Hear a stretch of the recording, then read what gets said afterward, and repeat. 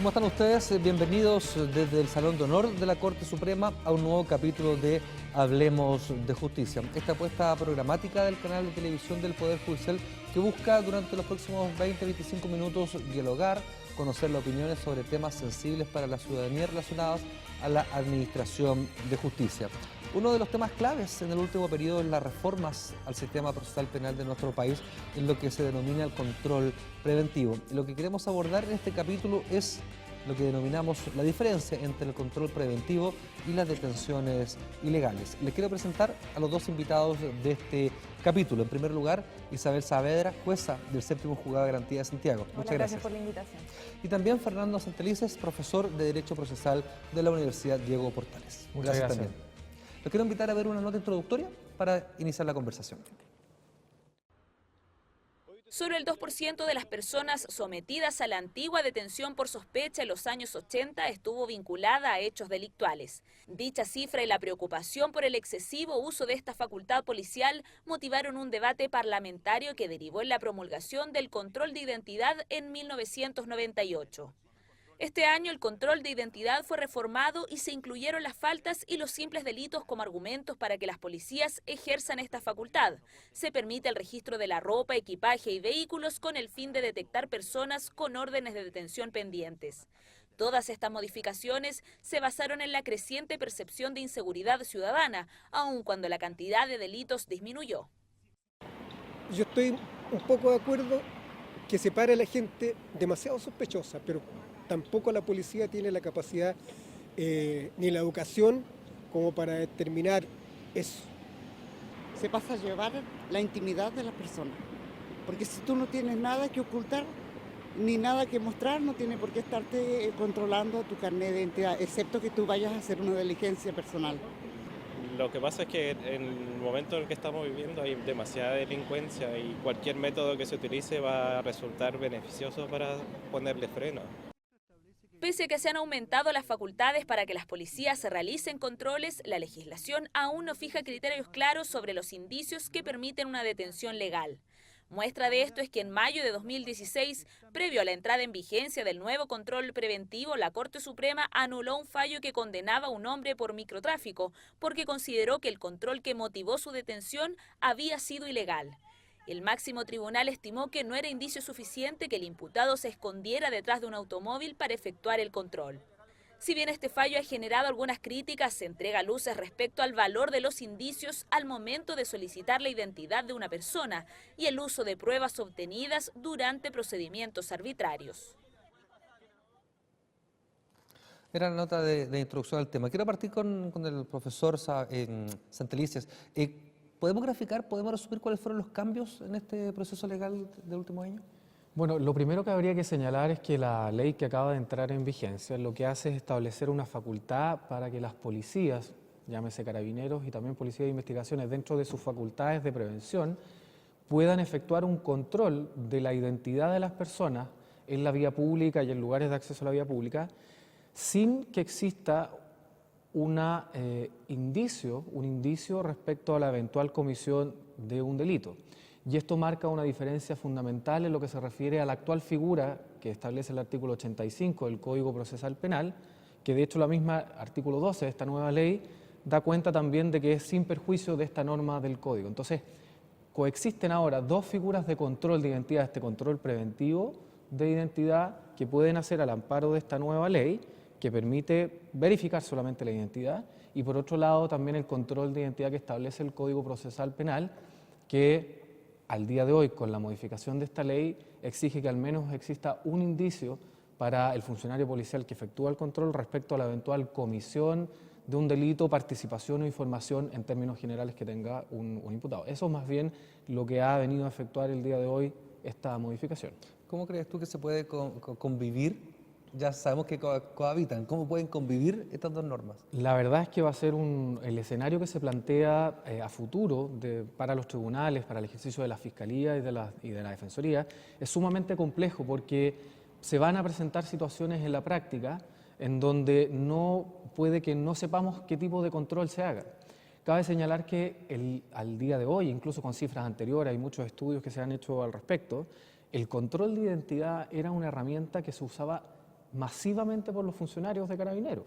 Me refiero al control del artículo 85 y solamente un porcentaje muy menor de esos controles, cerca del 2-3%, eran casos que eran judicializados, por decirlo de alguna manera, objetos de control judicial. Es decir, es una figura que se utilizaba mucho y que el día de hoy van a coexistir y que eventualmente van a generar problemas, principalmente, por ejemplo, asociado a las facultades de registro que el artículo 12 de esta nueva ley no contempla, pero que sí contempla la figura del artículo 85 del Código Procesal Penal, y ahí va a caer una discusión importante respecto de cuáles son los alcances que va a tener esta ley y también cuál es el efecto que va a tener a futuro en las pruebas que se obtengan, incluso los recursos tal cual como ustedes destacaban en el fallo que ha tenido la Corte Suprema.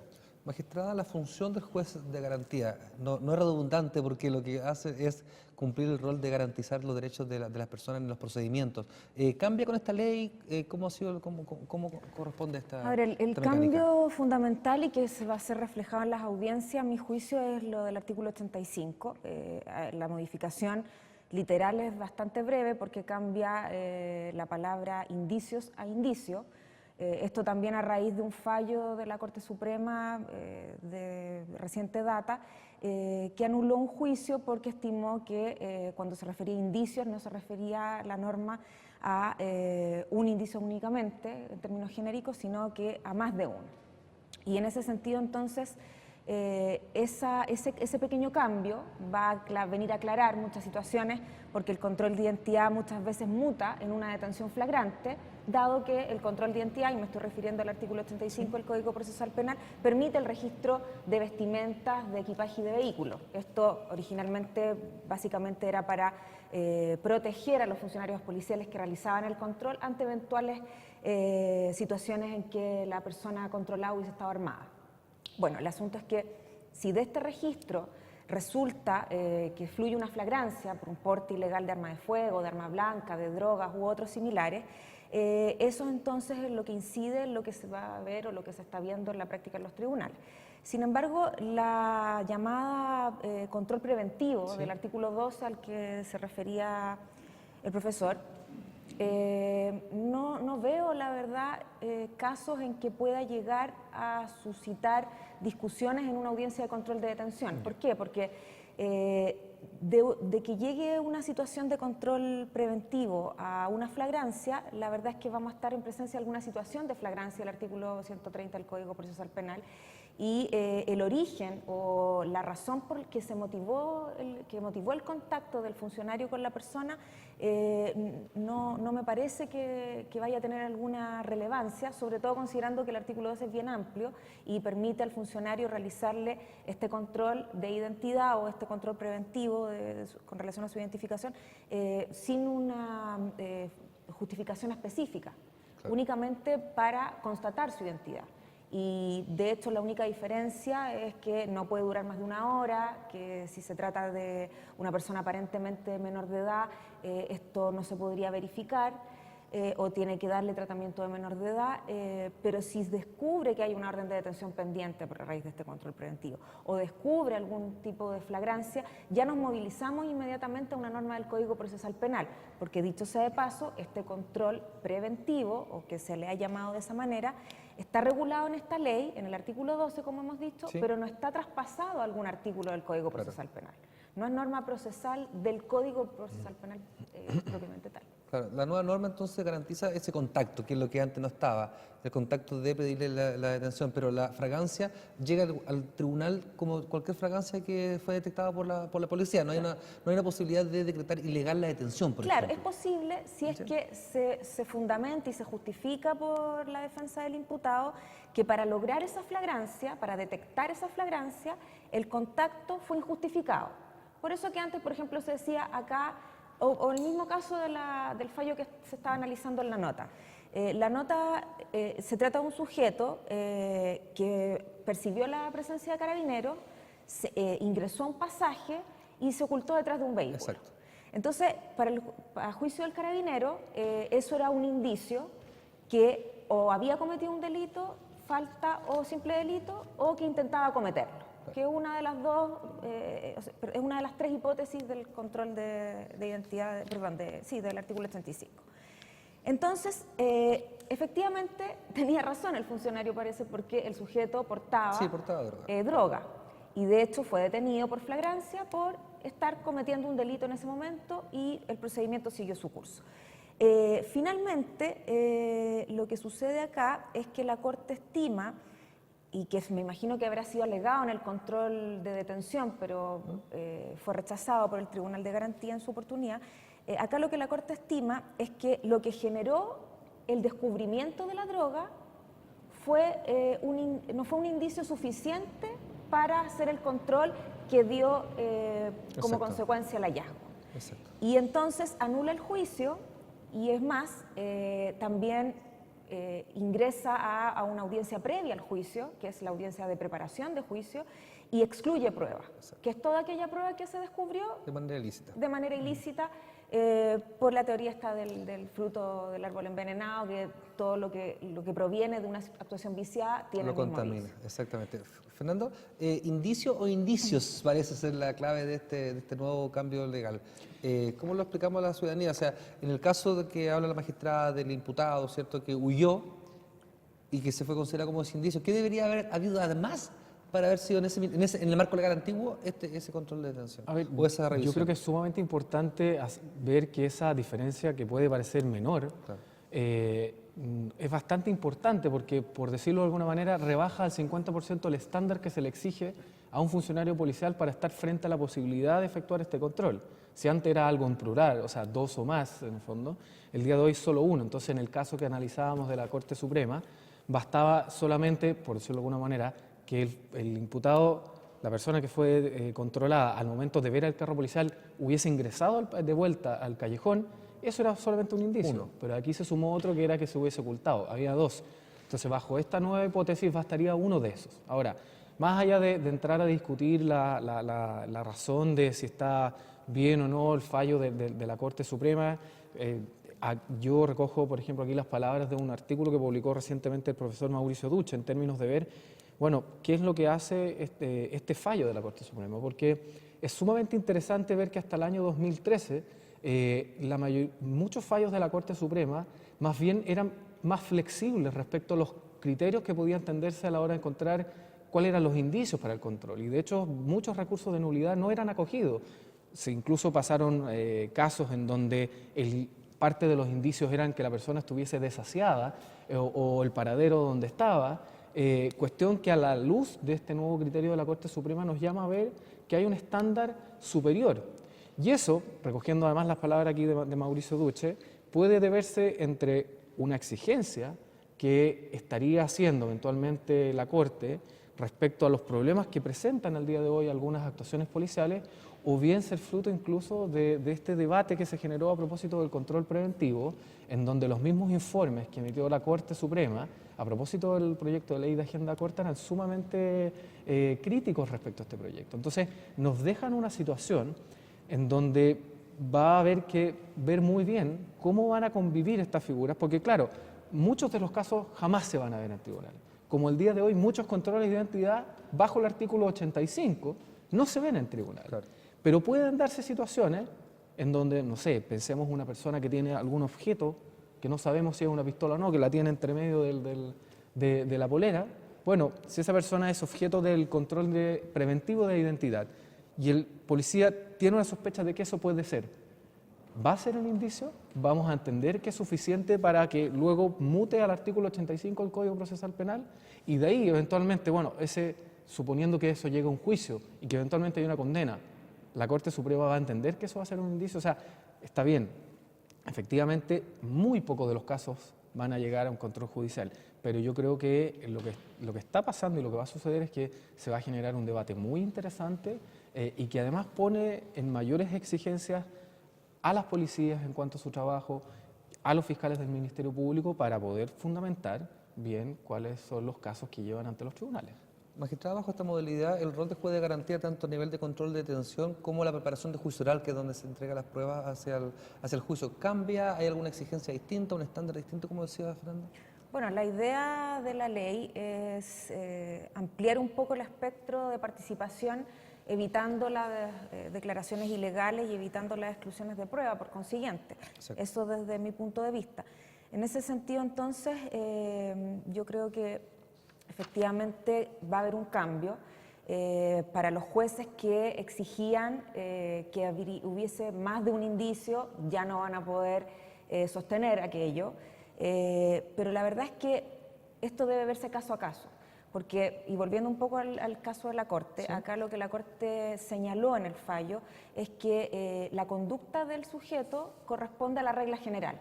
Es decir, que es normal que una persona vea a carabineros y se oculte detrás de un vehículo y eso no podría necesariamente llevar a que sea controlada su identidad. Pero eso se señaló con relación a este caso en particular. La hora de ocurrencia de los hechos, lo concurrido o no del lugar, el hecho de encontrarse de cercanías de su domicilio o no la persona, y muchos otros factores son los que se deben evaluar en cada caso en las audiencias de control de detención para poder llegar a una conclusión cuando se debate sobre la legalidad o ilegalidad de la detención. Sin embargo, lo cierto es que ahora ya nadie va a poder sostener que se requiere más de un indicio, uno va a ser suficiente, pero ese uno y su suficiencia sigue siendo un asunto subjetivo caso a caso. De hecho, la propia norma del artículo 85 se remite al policía que está practicando la diligencia. Eso quiere decir que va a depender también de la expertise de ese funcionario en particular y no de otro. Por lo tanto, como todo en el derecho penal, el asunto se ve caso a caso. casuístico, claro. Lo que sí ahora, como dije y reitero, pienso que es más amplia la facultad que tiene el funcionario. Hay una persona que estaba siendo ahí entrevistada en la nota que dijo algo relacionada con que le tenía miedo a que se le diera más facultad a carabineros porque normalmente no saben tomar una decisión o distinguir o discernir situaciones particulares. No está muy lejos de la realidad del caballero, de hecho por eso todo se estandariza para efectos de tomar decisiones. Por eso las policías no son deliberantes, sino que simplemente deben ejecutar órdenes. Sin embargo, modificaciones como esta permiten hacer más fluida la labor de carabineros y también controlar de mejor forma esa labor por parte de los fiscales y de los tribunales en las audiencias. Profesor, en la práctica, en la realidad, ¿quién controla a carabineros? Bueno, a ver, desde el punto de vista de a lo que se refiere el artículo 85 del Código Procesal Penal, claro, lo esperable es que ese control lo haga Fiscalía por un lado y también en su momento el control judicial, pero lo cierto es que, piense usted que solamente pensando en la cifra del año 2014 se hicieron 1.800.000 controles de identidad. De esos pasaron un porcentaje muy mínimo a Fiscalía y un porcentaje aún menor al tribunal. Entonces, efectivamente hay una situación, por decirlo de alguna manera, de descontrol respecto del uso de esta facultad. Y ahí vino con la incorporación de este nuevo control preventivo de identidad, recogiendo algunas críticas, porque en general la comunidad académica era muy crítica respecto de cómo iba a ser usado, porque también hay experiencias comparadas. No hay ningún ejemplo como el que se está aplicando hoy día en Chile en la experiencia comparada. Ninguno. No hay ningún otro país que tenga un control preventivo de identidad como lo tiene el día de hoy la policía.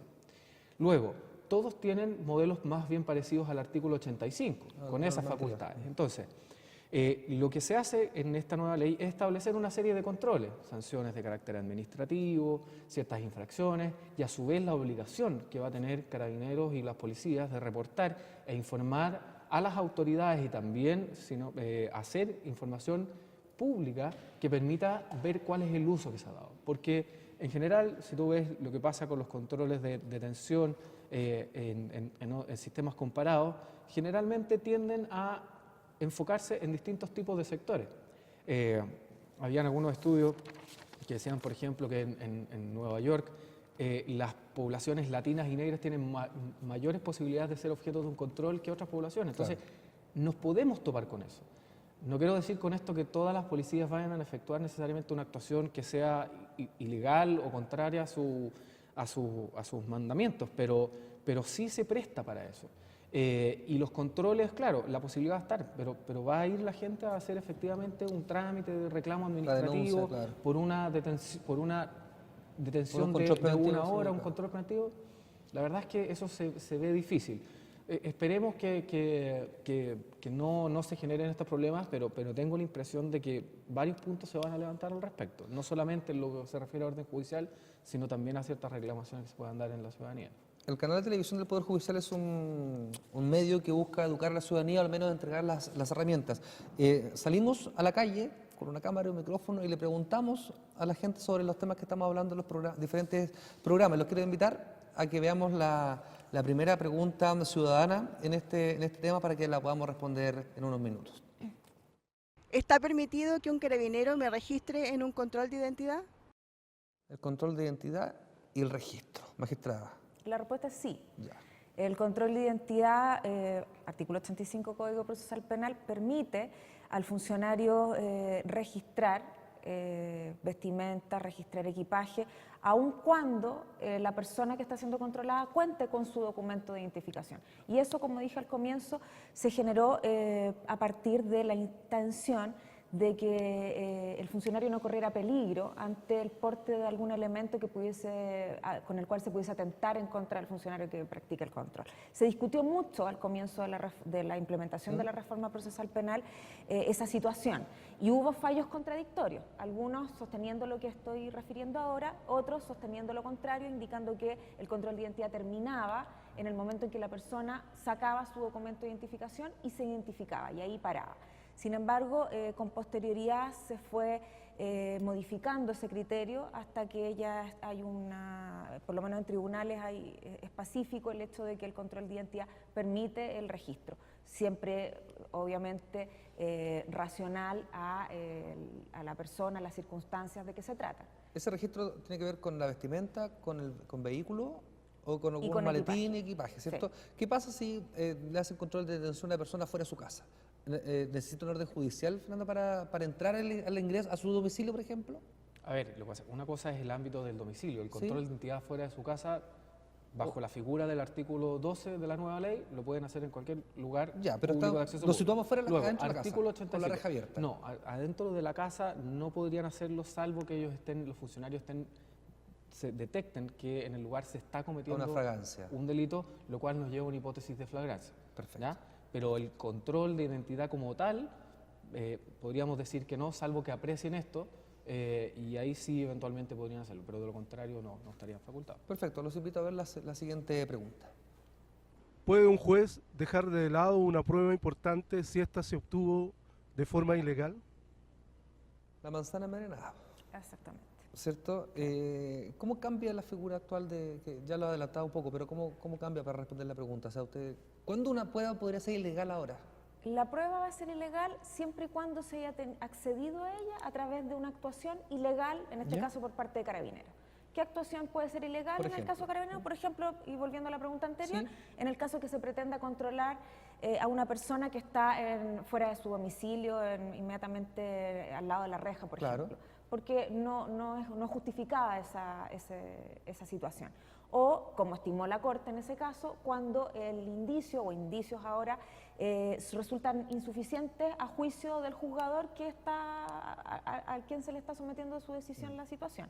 Esa es la situación. O sea, desde la flagrancia en adelante es difícil que pueda existir una actuación ilegal porque está amparado en la flagrancia. Claro. Pero si esa flagrancia se genera a partir de un control de identidad mal hecho o realizado fuera de las reglas del juego, entonces eso va a provocar la ilegalidad de todo aquello que se obtenga producto de ese control de identidad. Perfecto. ¿Fernando?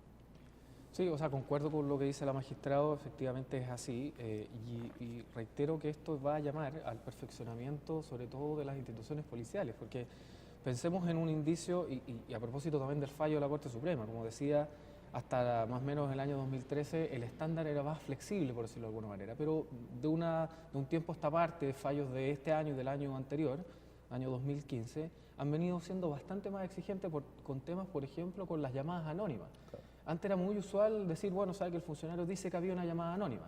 El día de hoy ese estándar por la Corte Suprema está siendo bastante cuestionado y se han anulado juicios sobre eso, porque claro, como bien decía la magistrada, si es que el control que se efectúa, o sea, si la flagrancia proviene de un control que fue mal realizado, donde no había un indicio como tal, todo lo que se obtenga después, a partir de ese control, de ese registro, es obtenido de manera ilícita y por lo tanto no puede ingresar ni ser valorado por el tribunal a la hora de condenar a una persona. Claro, pero magistrada y Fernando, si vemos que es un caso, un análisis casuístico, o sea, el policía detecta una posibilidad, y la ley le ampara a hacer esto, ¿en qué minuto podría ser ilegal un control preventivo? ¿Bajo qué parámetros? Si ¿Un control preventivo? Sí, la solicitud de su carnet de identidad, o sea, ¿en qué minuto si el juez, si el carabinero dentro de su criterio entendió que ese bolso podía ser peligroso o que algo que yo traía en el cinto podía ser, por ejemplo, peligroso? ¿En qué minuto podría ser ilegal? Parece que nunca. Lo que pasa es que partiendo de la base del control, o el llamado control preventivo del artículo 12 de esta ley, que no está, como dije antes, incluido en el Código Procesal Penal, el espectro es amplio para poder actuar por parte del funcionario. Pero si en esa actuación que no amerita el registro de vestimentas, como sí lo hace el artículo 85, lo único que podría derivar en una detención, pienso, no sé si eso tú estamos te hablando acuerdas hipotéticamente, conmigo, ¿cierto? es que tenga una orden de detención pendiente, lo que se arroje luego de constatar la identidad. Claro. Y eso entonces no nos sitúa en lo que estamos es otro conversando. escenario, sí, claro. En cambio, en el caso del control de identidad del artículo 85, que sí permite registrar, al encontrar algún elemento cuyo porte sea prohibido y por lo tanto sea constitutivo de un delito, eso constituye una flagrancia, un delito, y entonces será en las instancias que correspondan, que son la audiencia de control de detención y si es rechazada la solicitud, la audiencia preparatoria de juicio, los momentos en que el defensor podrá alegar esta circunstancia para solicitar la exclusión. Por lo tanto, el control preventivo veo difícil que provoque un hallazgo ilegal o ilegítimo que permita exclusión de prueba, porque no permite un registro, sí, claro, como sí lo hace el artículo 85. Sí, a ver, solamente señalar que, como bien decía la magistrada, el artículo 12 de la nueva ley no contempla la facultad de registro. Claro. Y yo creo que ahí va a haber un problema. ¿Por qué razón? Porque parecía lógico, a ver, de alguna manera, dejarlo afuera, entre comillas, para separarlo del artículo 85, que sí permite el registro.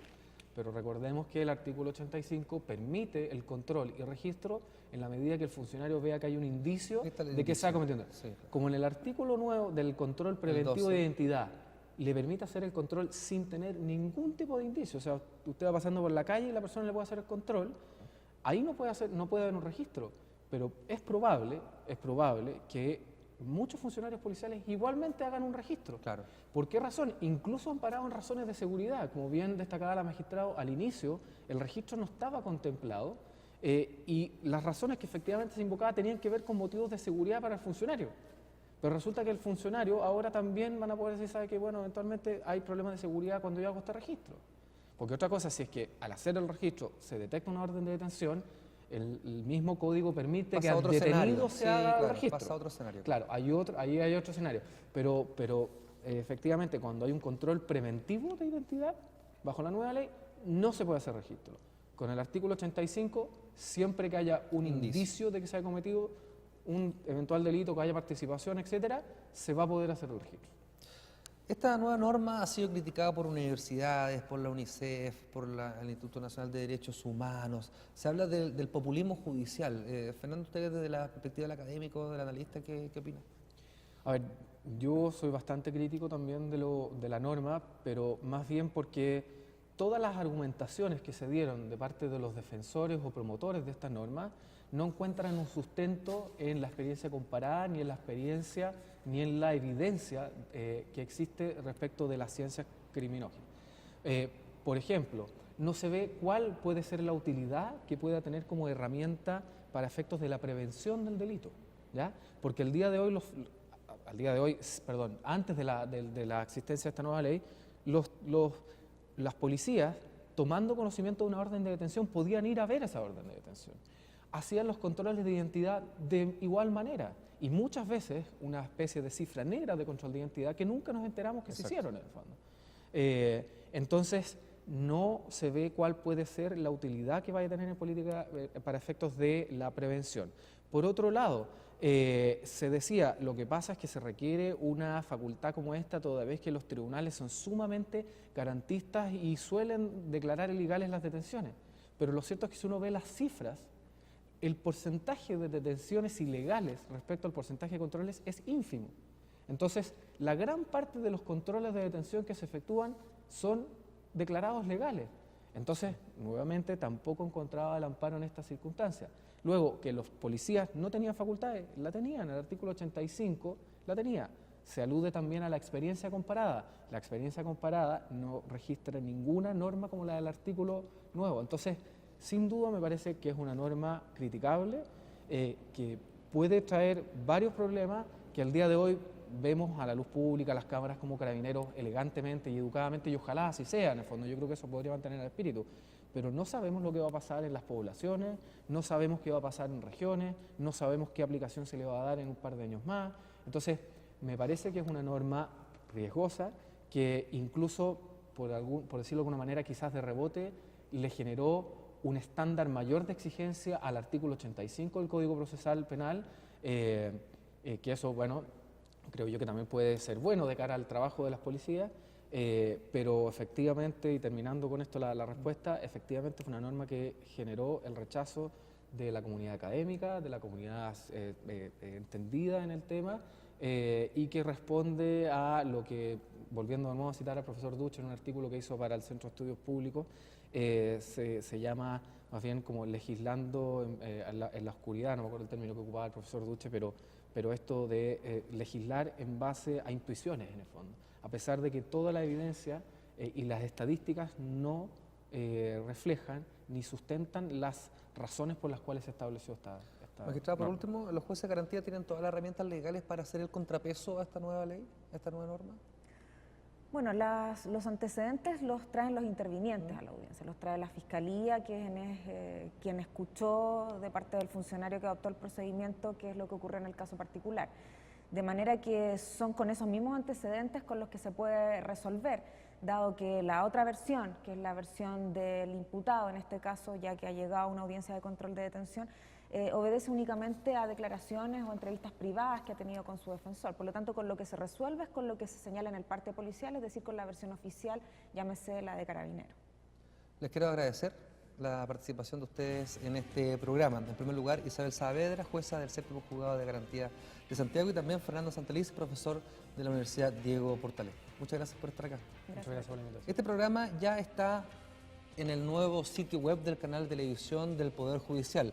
Nos encuentra en www.poderjudicialtv.cl. Por mi parte me despido, nos reencontramos en un próximo capítulo de Hablemos de Justicia. Hasta pronto.